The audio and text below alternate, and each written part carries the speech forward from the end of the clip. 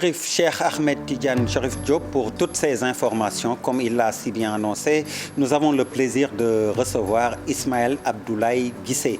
Monsieur Guissé, bonsoir. Bonsoir, Monsieur Der. Alors, vous êtes de la diaspora, vous vivez au Canada, vous êtes statisticien, économètre. Exactement. C'est quoi déjà économètre? Alors, l'économétrie, c'est l'utilisation des techniques statistiques qui sont appliquées dans différents domaines. Ça peut être les domaines bancaires, le domaine des transports aériens où j'évolue. Le but, c'est d'utiliser des techniques pour faire de la prévision. Ok, vous êtes également membre fondateur de l'APR, APR Canada, hein? Exactement, je suis membre fondateur d'APR Canada. Je vis au Canada depuis plusieurs années. Et j'ai eu la chance de faire partie des gens qui ont fondé le parti au Canada. Et j'ai eu l'honneur à rencontrer le président du parti, le président Macky Sall, qui nous donne bien, qui nous fait l'honneur de nous recevoir à chaque fois pour parler des questions d'ordre économique et des questions... Vous êtes également président du mouvement Sunu Yité, coordonnateur adjoint APR Canada, on l'a dit. Et vous êtes candidat à la candidature à Louga. Exactement. C'est quoi ce grand écart? Vous vivez au Canada, vous travaillez là-bas, vous voulez être maire à Louga. Vous savez, les Sénégalais de la diaspora ne sont pas du Canada ni de la France. Ils viennent du Sénégal. Oui, mais comment vous pouvez vivre au Canada et prétendre diriger Louga, la mairie de Louga? Malgré que nous vivons à l'étranger, nous avons toujours un ancrage et une liaison, que ce soit familiale, que ce soit au niveau des amis au Sénégal. Et nous avons toujours eu une ambition de faire quelque chose pour notre pays. Ce que je veux dire, si vous avez la chance d'être élu, vous quittez quand même le Canada pour rentrer à Louga et gérer votre municipalité. Exactement, vous savez, c'est des choses qui sont liées à l'ambition d'une personne pour sa ville, pour son pays. Il va falloir faire des sacrifices et nous entendons les faire. Donc vous êtes prêt à renoncer à votre vie au Canada pour rentrer à Louga diriger? Exactement, vous savez, je suis cadre depuis plusieurs décennies.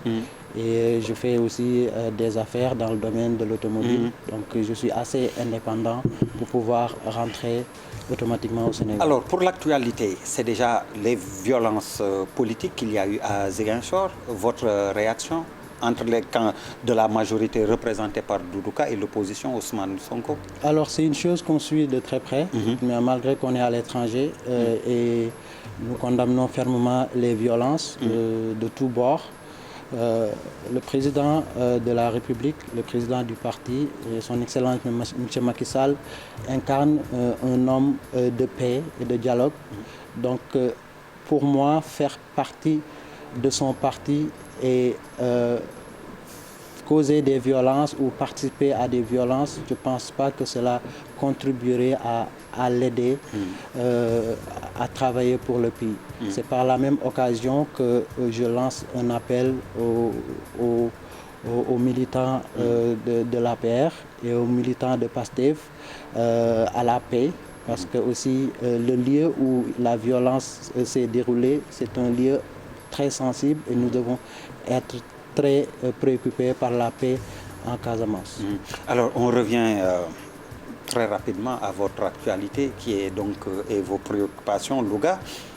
Vous ne craignez pas pour l'investiture, les ténors qui sont là-bas. Vous avez l'ancien directeur des domaines, par exemple. Vous avez un ministre actuel maire, Moustapha Diop, pour ne pas le nommer.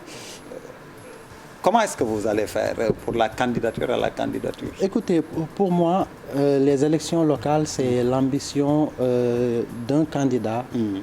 C'est le rendez-vous d'un candidat face à sa population. Ce n'est pas des élections présidentielles, ce n'est pas des élections de députés, c'est une affaire de ville, c'est une affaire de quartier. Et nous avons toujours rêvé de jouer notre partition au développement de notre localité qui est la ville de Louga. C'est la raison pour laquelle nous avons créé un mouvement qu'on vient de lancer. Ça fait 6 mois avec des actions concrètes dans le domaine du sport.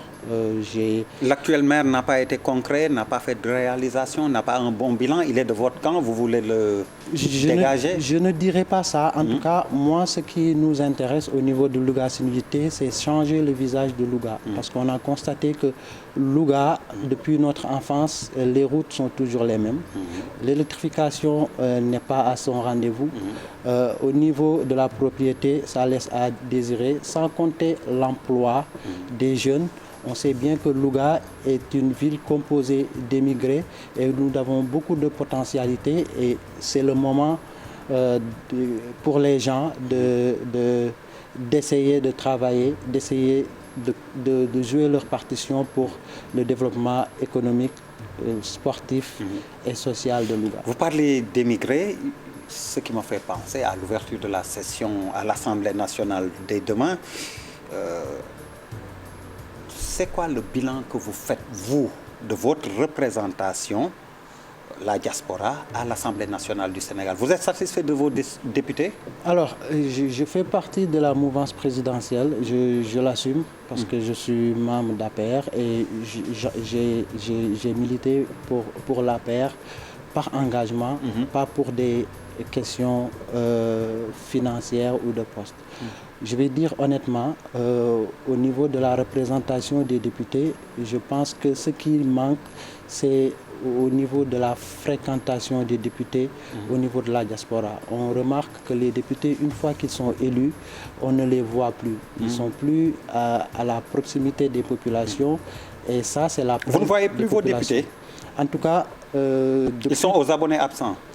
Partout dans la diaspora, les gens vous diront la même chose. Ils sont au Sénégal, je pense, et je pense que... Ah, on les a élus et ils sont venus élire domicile au Sénégal. Exactement. Et il se peut que peut-être leur absence soit liée à un problème de moyens, mais si c'est le cas, il faudrait aussi qu'ils trouvent les voies et moyens pour le dire. En tout cas, ce qu'on a constaté, et tous les Sénégalais de la diaspora vous le diront, nous avons remarqué une absence notoire des députés au niveau de la diaspora, alors qu'ils auraient pu y aller une fois ou deux fois par année pour pouvoir être à la rencontre des populations au niveau local, recueillir leurs besoins. D'autant plus que les députés de la diaspora ont été investis par un parti. Donc s'ils sont abonnés absents, je pense qu'ils se porteront préjudice eux-mêmes aux prochaines élections, mais non seulement ils se porteront préjudice eux-mêmes, mais ils porteront préjudice à la mouvance ou à la coalition qui a porté leur candidature. Dites-moi, c'est quoi la situation des Sénégalais vivant au Canada? Alors, le Canada est un pays un peu spécifique. C'est un pays composé d'intellectuels et d'étudiants. En 2012, il y avait à peu près plus de 10 000 Sénégalais vivant au Canada. En 2020, on est arrivé à 25 000 ressortissants vivant au Canada, ce qui est une croissance très énorme. Et généralement, les Sénégalais sont confrontés à des problèmes liés à l'administration comme les passeports, les cartes d'identité, etc. En tout cas, tous les étudiants que nous rencontrons, ils nous manifestent leur besoin d'avoir tout le temps leur passeport à jour parce que ceci est fortement corrélé avec leur obtention de leur titre de séjour. Il n'y a pas de problème d'intégration? Ou c'est une société ouverte? C'est une société très ouverte, le Canada. Il y a une représentativité de toutes les origines, toutes les cultures, et puis les opportunités d'emploi, ils sont dans divers secteurs. Vous verrez des Sénégalais qui travailleront dans le domaine des transports aériens, comme moi par exemple, ou dans le domaine des télécoms, ou dans le secteur bancaire. Donc ils sont très bien intégrés et la preuve, une fois qu'ils travaillent, ils gagnent de l'expérience, ils cherchent à construire leur vie là-bas en achetant des maisons, etc., etc. Donc ça prouve une bonne intégration des Sénégalais qui vivent là-bas. Vous avez été impacté par le Covid? Bien entendu, comme tous les pays. Je parle de la communauté sénégalaise précisément. Pour la communauté sénégalaise, je n'ai pas entendu des cas spécifiques de Covid, mais en général, pour les gens qui vivent au Canada, oui, nous avons beaucoup de cas de Covid. Des pertes d'emploi ou Comment ça s'est passé concrètement? Effectivement, la Covid a impacté différents secteurs, notamment les transports aériens, qui ont vu leur capacité de leur vol réduire de 95% par exemple. Donc ça a causé beaucoup de pertes d'emplois dans ce secteur-là. Les secteurs qui ont beaucoup plus résisté à cette crise, peut-être je dirais le secteur bancaire, où il y a zéro réduction d'emploi. Pour terminer, on revient un peu à Louga avec le contexte politique de votre candidature, avec Macky Sall aussi, le président de l'APR, qui avait demandé à ce que les gens attendent qu'ils sortent des listes ou des noms. Si vous n'êtes pas investi, est-ce que vous êtes prêt à y aller quand même? Moi, je suis un... Vous allez observer la discipline de parti. Je suis un militant bien discipliné, mais j'entends... Vous ne ferez pas de vague alors? J'entends d'abord, tout d'abord, faire part de ma volonté et puis faire part de ma vision parce que j'ai une vision à faire valoir. J'ai les compétences qu'il faut. J'ai été cadre à l'étranger, en France et au Canada depuis plusieurs années dans différents secteurs. J'ai la capacité intellectuelle. Dites-moi, vous êtes élu à Louga, qu'est-ce que vous faites immédiatement? Vous changez quoi dans la ville? Deux choses. Si je suis élu à Louga... En priorité, deux choses. Je trouverai des moyens de financement, de microfinancement. Ça ne demande pas beaucoup de moyens. C'est votre secteur, c'est votre... Exactement. Par exemple, je donne l'exemple du secteur agricole. Vous achetez une terre de plusieurs hectares, vous construisez des petites industries de transformation. Par exemple, l'oignon qui est cultivé à Potou, par exemple, on se rend compte que l'oignon, une fois que la période est dépassée, on constate une grosse perte de l'oignon. Donc si nous construisons des industries de transformation, par exemple mobiles, qui ne coûtent rien du tout, qui servent à transformer ces produits sous forme de confiture, sous forme de sauce, etc. C'est juste un exemple. Les gens, ils trouveront leur compte. En bon alpulaar, vous parlez de sauce, hein, les Sérères apprécieront. Alors, l'autre chose a changé. Vous venez de parler économie. J'ai dit deux choses, deux défis par exemple.